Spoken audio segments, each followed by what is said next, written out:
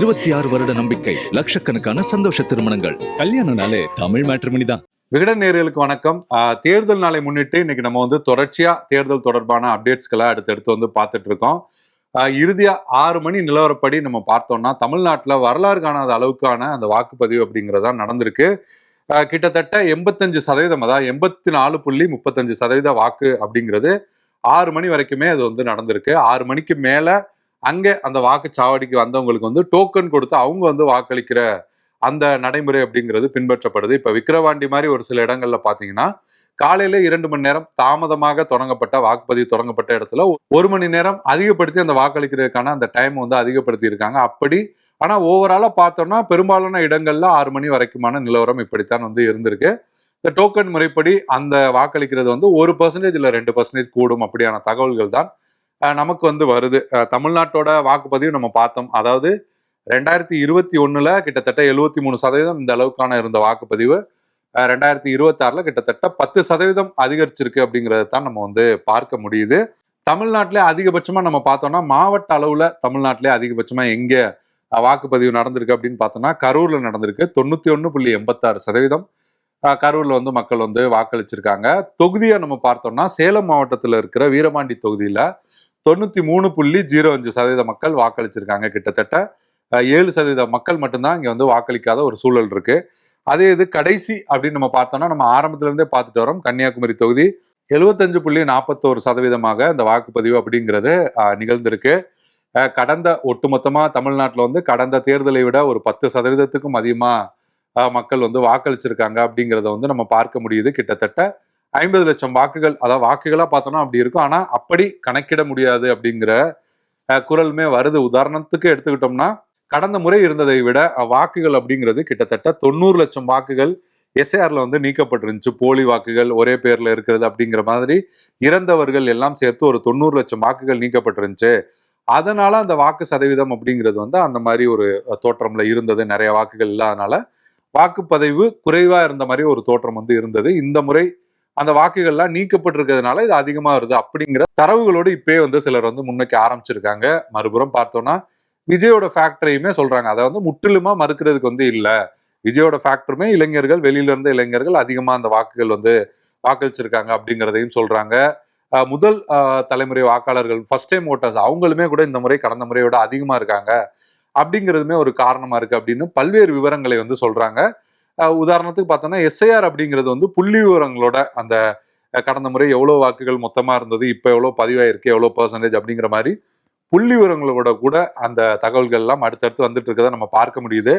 நாளை மறுநாள் அப்படின்னு பார்க்கும்போது ஒவ்வொருவருமே அந்த தரவுகளோட பேசும்போது நம்ம ஒரு முழுமையான ஒரு முடிவுக்கு வரலாம். எஸ்ஐஆர்னால எவ்வளவு அதிகரிச்சிருக்கு, விஜய் போன்ற அந்த புதிய வரவுகளால எவ்வளவு அதிகரிச்சு அப்படின்ற ஒரு ஒரு முடிவுக்கு நம்ம வர முடியும். அதே நிலையில சென்னையில பார்த்தோம்னா 2021 ஒரு 60% வாக்குகள் அப்படிங்கிறது தான் பதிவாயிருக்கு. 2026 இந்த தேர்தலில் கிட்டத்தட்ட 83% வாக்குகள் அப்படிங்கிறது பதிவாயிருக்கிறதையுமே நம்ம பார்க்கிறோம். சென்னையிலே அதிகபட்சமாக பெரம்பூர் தொகுதியில அதிகபட்சமா 83% இந்த அளவுக்கு வாக்குப்பதிவு சென்னையில நடந்திருக்கு.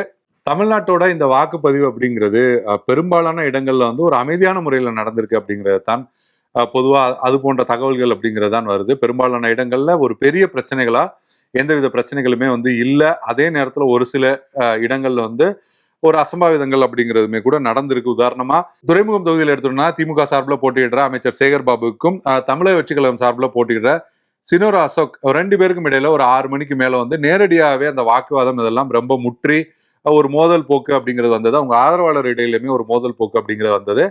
காவல்துறை சமாதானம் பண்ணி தான் அனுப்பக்கூடிய ஒரு சூழல் அப்படிங்கிறது வந்தது. இன்னொரு பக்கம் நம்ம பார்த்தோம்னா 1000 விளக்கு தொகுதியில போட்டியிடுற திமுக வேட்பாளர் எழிலனை அதிமுகவினர் தாக்க முற்பட்டதாக திமுகவினர் புகார் அளிச்சிருக்க விஷயங்களையும் நம்ம பார்க்கிறோம். பாளையங்கோட்டை பகுதியில் அந்த வாக்குச்சாவடி ஆய்வு செய்த அதிமுகவோட முன்னாள் பகுதி செயலாளர் சங்கர் அப்படிங்கிறவருக்கு அறிவாளால அவர் தாக்கப்பட்டிருக்காரு. அறிவாளால வெட்டப்பட்டிருக்காரு. அவர் தலை, கை உள்ளிட்ட பல்வேறு இடங்கள்ல பலத்த காயம் அப்படிங்கிறது ஏற்பட்டிருக்கு. நெல்லை மருத்துவமனையில அவர் அட்மிட் பண்ணப்பட்டிருக்காரு. ஸோ பெரும்பாலான வாக்குப்பதிவு அப்படிங்கிறது அதிகரிச்சிருக்கு. அதுக்கு எஸ்ஐஆர் முதன்மையான காரணமா, விஜயோட வருகை காரணமா அப்படிங்கிற விவாதங்கள் ஒரு பக்கம் நடந்துட்டு இருக்கு. இதுல ரொம்ப கவனிக்க வேண்டிய விஷயம், நம்ம காலையிலே பார்த்தோம், வயது முதிர்ந்தவர்கள் வாக்களிக்கிறது, திருமண கோலத்துல கூட வாக்களிக்கிறது, இது போன்ற சம்பவங்களை பார்த்தோம். 99 வயது HV கண்டே முன்னாள் சுகாதாரத்துறை அமைச்சர், எம்ஜிஆர் அமைச்சரவையில சுகாதாரத்துறை அமைச்சராக இருந்தவர். தற்போது வந்து பாஜக இருக்காரு. 99 வயதுல வந்து வாக்களிச்சிருக்காரு. அவரோட முதல் ஓட்டு அப்படிங்கிறது 1946 மெடிக்கல் காலேஜ் ஸ்டூடெண்டா இருக்கும்போது ஓட் பண்ணியிருக்காரு. தற்போது 99 வயதுலையும் 2026 தேர்தலில் ஓட் பண்ணியிருக்காரு. அதை அவர் வந்து சமூக வலைதளங்கள்ல பதிவா போட்டிருந்தாரு. அதை பிரதமர் நரேந்திர மோடி வந்து மென்ஷன் பண்ணி அவருக்கு வந்து பாராட்டுகளை தெரிவிச்சிருக்காரு. இளைஞர்கள் வந்து இதை பார்த்து வந்து புரிஞ்சுக்கணும், பின்பற்றணும், வழிகாட்டியா அவர் வந்து எடுத்துக்கணும் அப்படின்னு அந்த பதிவை வந்து பிரதமர் மோடி வந்து எடுத்து போட்டு அவருக்கு வாழ்த்துக்களையுமே தெரிவிச்சிருக்காரு. அடுத்ததா நம்ம பார்த்தோம்னா இன்னைக்கு வந்து பணப்பட்டுவாடா செய்யறதா நிறைய புகார்கள் அப்படிங்கிறதுமே கூட வந்தது. குறிப்பா நம்ம பார்த்தோம்னா பெரம்பூர் தொகுதியில போட்டியிடுற பாமக வேட்பாளர் திலகபாமா ஆளும் அரசு வந்து ஆளும் கட்சியினர் வந்து ரொம்பவே அதிகமா பணப்பட்டுவாடாவே வந்து செய்தாங்க. பணம் கிடைக்காத மக்கள் வந்து அவங்களே நேரடியா போய் எங்களுக்கெல்லாம் வந்து பணம் இன்னும் வரலைன்னு சண்டை போட்டு பணம்லாம் வாங்கினாங்க. அந்த அளவுக்கு வந்து பணப்பட்டுவாடா அப்படிங்கிறது தொகுதிக்குள்ள வந்து நடந்தது அப்படின்ற குற்றச்சாட்டையும் அவங்க வந்து முன் வச்சிருந்தாங்க. அடுத்த நம்ம பார்த்தோம்னா விளாத்திக்குளம் சட்டமன்ற தொகுதியில இருக்கிற வேலாயுதபுரம் அந்த பூத்துல பாத்தீங்கன்னா திமுக நிர்வாகி இமானுவேல் அப்படிங்கிறவர் வந்து பணப்பட்டுவாடா செய்ததா பறக்கும் படையினர் வந்து அவரை வந்து கைதுமே பண்ணியிருக்காங்க. அவர்கிட்ட இருந்து 1.2 லட்சம் பணம் அப்படிங்கிறதையுமே கைப்பற்றி இருக்காங்க. இன்னும் பல இடங்கள்ல பணம் கொடுக்க முயன்று அவங்களுக்கும் தாவேகாவினருக்கும் மோதல், மற்ற கட்சியினருக்கும் மோதல் அப்படிங்கிற மாதிரி ஒரு சில செய்திகள் அங்கொன்னும் இங்கொன்னுமா வந்துட்டு இருக்கு. ஆக மொத்தத்துல மிகச்சிறப்பா சட்டமன்ற தேர்தல் பெரும்பாலான இடங்கள்ல நடந்து முடிஞ்சிருக்கு அப்படிங்கறத தான் நம்ம வந்து பார்க்க முடியுது. ஒரு புறம் பார்த்தோம்னா இன்னைக்கு வந்து விசிகாவோட தலைவர் திருமாவளவன் 200க்கும் அதிகமான இடங்கள்ல வந்து நாங்க வெற்றி பெறுவோம், கண்டிப்பா திமுக கூட்டணி வெற்றி பெறும் அப்படின்னு சொல்லியிருக்காரு. திமுகவோட அமைப்பு செயலாளர் RS பாரதி அவருமே வந்து 200க்கும் அதிகமான தொகுதிகளில் நாங்கள் வெற்றி பெற்று திமுக ஆட்சி அமைக்கும் அப்படின்னு சொல்லியிருக்காரு.